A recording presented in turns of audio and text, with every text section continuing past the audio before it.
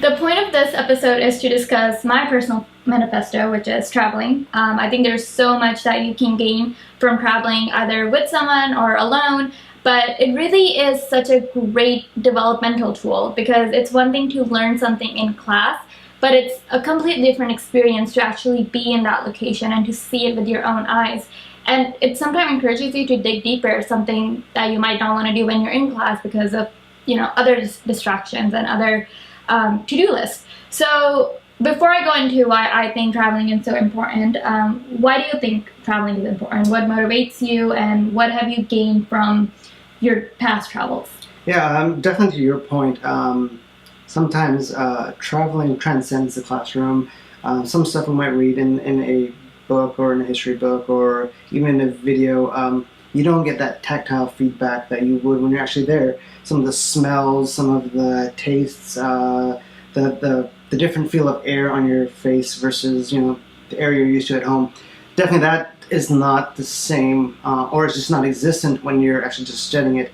Sometimes it's not even in our brain. It's just we're just learning or seeing what's written. Okay, so I know as a kid you've said this so many times that you were really into Acropolis. Yep. So what was it like for you to actually be there? Always grew up reading mythological tales or the gods of Greece. So when we went to Athens, Greece, and we got to actually go up to Acropolis and experience what's left of it, and we're talking about old architecture, old world. Somehow, obviously, it survived. We also went to Olympus. Temple of Olympian Zeus. Yes, Temple of Olympian Zeus. Once again, there's only a few columns there, but you go there, once you read about this in elementary school, through junior high, into high school, into some of your college studies, and in the back of your mind, it's kind of like, it's just a story. It's something that's out there, but when you go and see it, it just becomes real all of a sudden. It becomes, it exists now. So going off of that point, my fascination is always with World War II. Okay. And so as a kid and, majoring in political science, I learned a lot about it and, different personalities and everything, but the major point was the Holocaust. It was a completely different experience to actually be in a concentration camp. I think when you're reading about it, you don't understand the gravity of it to the way you would when you're actually standing there. And all of a sudden it's real. You're seeing it with your own eyes. So that is one of the major points of traveling, is that it's not just something in the books. Like, history is just not something to be read. I really do believe that it's something to be experienced. And although you can't experience it the same way it's written, just being in that location actually does help. Actually helps a lot. You really understand those events and why they were so crucial. And like Holocaust, why they were just so evil. I think that's that's the main thing. Which camps did you get to go to? Dachau. That was the first concentration camp ever. It was almost like their tester. What's one thing that you've learned in your travels that actually helped you with your growth, your personal growth? It sounds a little naive, right? But the saying of seeing is believing does go a long way. When I was able to go to Mecca in Saudi Arabia, you hear the stories growing up of the Kaaba. The first time I laid eyes upon the Kaaba, I got just hit hard. It was almost like a punch to the stomach. I remember I was walking in, I was with my parents, and all of a sudden I just stopped. And I felt like nothing in my life had ever grounded me to the floor the way that moment had, where it was just like, my God, like I'm actually seeing something that I've always heard about. That once again was almost like a fairy tale to me. It becomes one of those moments in life where you see something with your eyes, you start your faith or your belief in, be it religion, not religion, be it just the beauty of nature, be it the history of the world. It just hits you so hard that you just kind of get grounded, and that belief, that amazement, that excitement kind of gets reinforced in you, and you kind of rekindle that love you have for whatever it is, be it faith, be it history, be it backpacking across Europe, whatever it is, it just kind of reaffirms that passion for you. I know you've traveled to countries where English is just not even their second language to some extent. So one of them would be like Syria, Iraq, Saudi, and China. Yep. So another thing is with traveling, it kind of puts you out of your comfort zone. Yes, definitely. And you can't rely, and if you, especially when you're alone, you can't rely on other people to help you communicate. So what makes you think that traveling, is it a good way? Like if you are a shy person, or if you're just not comfortable in communicating, especially when you don't understand, do you think traveling is for them? Do you think it would benefit them, or is that just induce more anxiety? A little bit of both. That's a very good question. To be honest, traveling isn't the simplest thing. It isn't the easiest thing. I know you've been through it as well. I would love to hear some of your thoughts. But for myself, going to the Middle Eastern countries, our native tongue is Urdu, which is semi-derivative of Farsi and Arabic. So communicating there was quite hard. Did not speak Arabic. I didn't in the regions where they thought I was Persian descent. They would ask, they would start talking to me in Farsi or any other dialects of Persian, and I didn't know what to say. You would try to find words that were common in all three languages and use those. You kind of make do with what you have, right? I find it kind of challenging. I kind of find it fun. You learn a lot more about yourself, about your core knowledge of what you know already. China, on the other hand, was just a whole different experience for me. Definitely, the adoption for English is very low, and rightfully so. They have so many people there. I found it super challenging, and at times filled with anxiety and stress trying to get around. You might be the only person, maybe, I don't know, I'm just going to throw some random number out there, one of 10,000 people who might know English. Well, see, that's another thing. With traveling, you realize that you not only need to know a little bit of the language, but also the culture too. Yeah. Because the body language isn't something that's universal. That's another thing that traveling forces you. It's to get out of your own culture and to experience somebody else's culture. And sometimes that might be really stressful, but you come out of it stronger because you have appreciation. Okay, so what motivated you to travel? For me, it was the fact that my dad was in the military and we were constantly moving. So I kind of had to get in that habit of getting comfortable with my new surroundings very quickly. Yep. And then in the long run, it ended up making me more curious about just exploring where I was. And, I prefer to go to places that are there's more nature to it, rather than an urban setting with a lot of buildings, and that's just not something I'm into. But end of the day, traveling is still a huge motivation for me to go and explore. What's yours?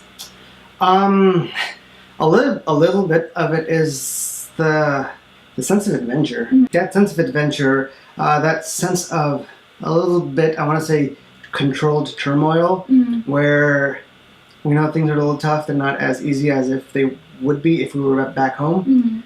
That's what kind of keeps me going with traveling. Yeah. How about yourself? I think it's just to get out of the daily norm of life. Okay. And it is that adventure too, exploring something new. I think the places I like to go, especially, I need to have some sort of connection. So I know for New Zealand, the biggest thing was Lord of the Rings. Yeah. And to see Shire in person, it's I can't even put it into words. You've seen it in movies, you've read about it, you've imagined it, and then all of a sudden you're there. Yeah. And then all of a sudden you're thinking this is where Gandalf walked. This is where, I was standing in the same location that Gandalf was once standing. Surreal doesn't symbolize what we, not at all. So for me, it is that, there has to be some sort of connection, and if there's not, I'll read up on it. Yeah. What happened in this country or in this location specifically. Being out of your comfort zone and to just be on your own and see what you're capable of. I think when I was traveling to Salzburg on my own for the first time ever, I lost my passport at the airport. But it's stuff like that, it pushes you out of your comfort zone. It makes you want to grow as a person too. I know I can rely on myself. I know that for sure. Because in a situation like that, you only have yourself to rely on. Yeah. In the middle of our travels, you're kind of strapped to one suitcase or one carry-on. Yeah, oh god, yeah. And you kind of come to realize, I can live my life without all this stuff. But I want to hear some of your thoughts on that. What do you think about that, and how accurate that really is? So when I first started traveling, I was the worst packer because it was all about, is this outfit gonna look good? Or, just things that didn't really matter when you were actually traveling. But in that moment, I still do that to some extent, but my focus isn't that. My focus is what am I going to be most comfortable with? What's going to get me out of the plane as fast as I could? And I think we stopped checking in our bags because of that reason, because it just takes forever to get out of the airport. But then it forces us to really see, like, okay, is this really important for us? Can this fit into a small bag? So it's difficult. It's not easy. But you realize, like, okay, what do I actually need in life? And versus what can I live without?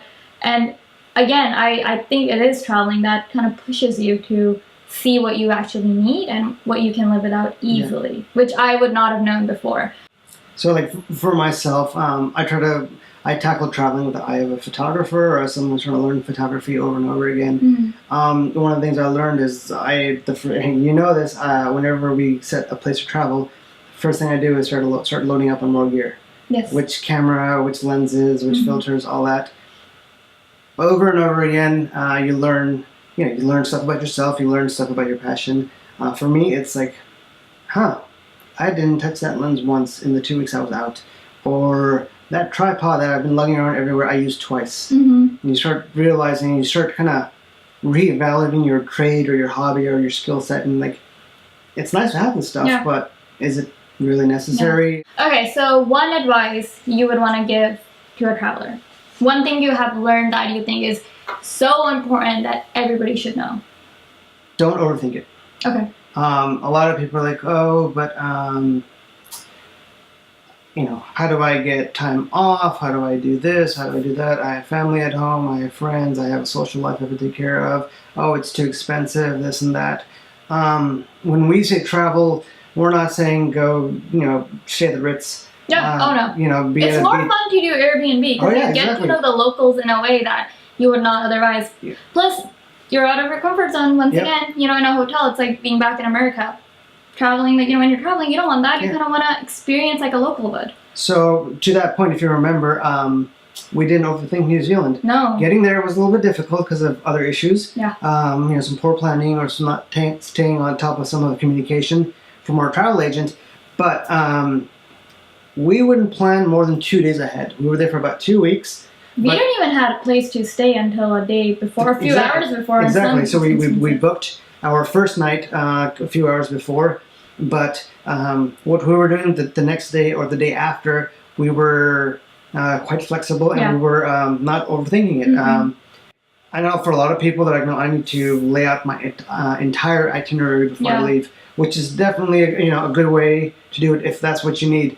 But for us, we're pretty flexible. We were pretty mobile. We rented a car. We got to the North Island and we drove all the way to the South Island in about 12 days. Yeah. And a lot of traveling, a lot of driving. Sorry. Yeah, but that would be my one advice. If you really want to adventure, if you really want to have a true worldly experience, not a hotel experience, not a curated experience by some magazine or some Instagram account, almost dare I say, wing it. Just don't overthink it. Don't overplan it. I think my biggest advice would be budget.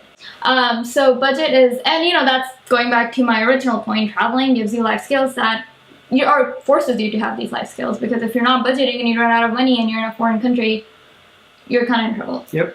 Or when you get back and all of a sudden you have to pay bills, but you can't because your budget. It puts you back in life a little bit if you're not careful. It does. Yeah. Okay. Well, I think if we haven't convinced you enough that you should travel, I guess you can talk to us personally. Yeah. Do it. Travel. After the class is over, of course. All right. And we'll see you later. Bye.